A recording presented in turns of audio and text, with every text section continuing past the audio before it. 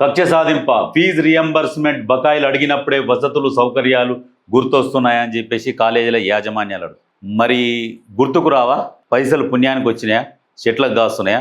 ఇయ్యాలన్నప్పుడు మీ దగ్గర వసతులు ఏమున్నాయి? మీరు ఎట్లా అడుగుతున్నారు? నిజమైన విద్యార్థులు ఎంతమంది ఉన్నారు? ఫేక్ విద్యార్థులను ఎంతమంది క్రియేట్ చేసిరు?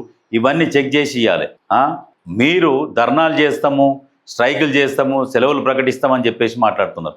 అంటే విద్యార్థుల చదువులతో మీరేమో ఆడుకుంటేందుకు ప్రయత్నం చేస్తున్నారు. అటువంటప్పుడు మీ మీద వసతులు ఉన్నాయా లేవా అని చూడాలి కదా.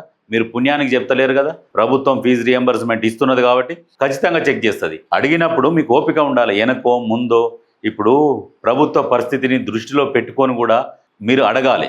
ఎంతసేపటికి ప్రతిపక్షాలు రెచ్చగొడుతున్నాయని చెప్పేసి వాటి మాట విని మీరు రెచ్చిపోయి ఉరుకులాడితే ఎవరికి నష్టం జరుగుతుంది? మీకే నష్టం జరుగుతుంది.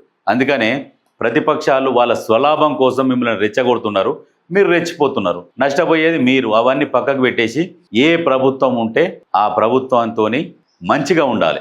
మా దగ్గర ఈ ఫెసిలిటీస్ ఉన్నాయి, మేము ఇట్లా ప్రొవైడ్ చేస్తున్నాము, ఇవన్నీ ఉన్నాయి. వాళ్ళు అడగక ముందుకే మీరు లిస్టు ముందర పెట్టాలి. మా దగ్గర ఇంతమంది విద్యార్థులు ఉన్నారు, వీళ్ళు జెన్యూన్ విద్యార్థులు, కొన్ని ఫేక్ పెట్టుకున్నాము అని చెప్పుకోరి.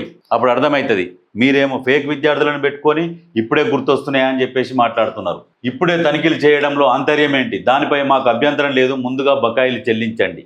ఈ ఒంటెత్తు పోకడలు పోతే కాలేజీ పర్మిషన్లు రద్దు అవుతాయి.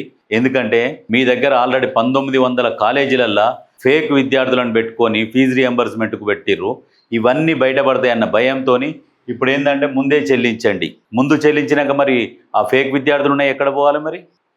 ఇప్పుడు అవన్నీ బయటికి తీసినాకనే కదా చెల్లించేది. అంటే మీకు వాస్తవంగా ఎంత చెల్లించాలనో అవన్నీ చెక్ చేసినాక మొత్తం విచారణ జరిగినాక ఎవరు జెన్యూన్ కాదు వాళ్ళందరిని లిస్ట్ అవుట్ చేసి అప్పుడు మీకు ఫీజు రియంబర్స్మెంట్ మొత్తం ఇస్తారు. ఏ ప్రభుత్వం కూడా ఎక్కడ కూడా ఎగ్గొట్టిన దాఖలాలు లేవు. వైఎస్ఆర్ ఉన్నప్పటి నుంచి ఉన్నది, అప్పటి నుంచి ఇచ్చుకుంటూ వస్తూనే ఉన్నారు. అప్పటి నుంచి ఇప్పటిదాకా అయితే పెండింగ్ లేవు కదా, అందరు ఇస్తూనే ఉన్నారు కదా. గత ప్రభుత్వం ఉన్నది బీఆర్ఎస్, ఈ పెండింగ్ పెట్టింది ఎవరు? ఆ ప్రభుత్వంలో పెండింగ్ లేవా? అవే కదా ఇప్పుడు పే చేసుకుంటూ వచ్చేది.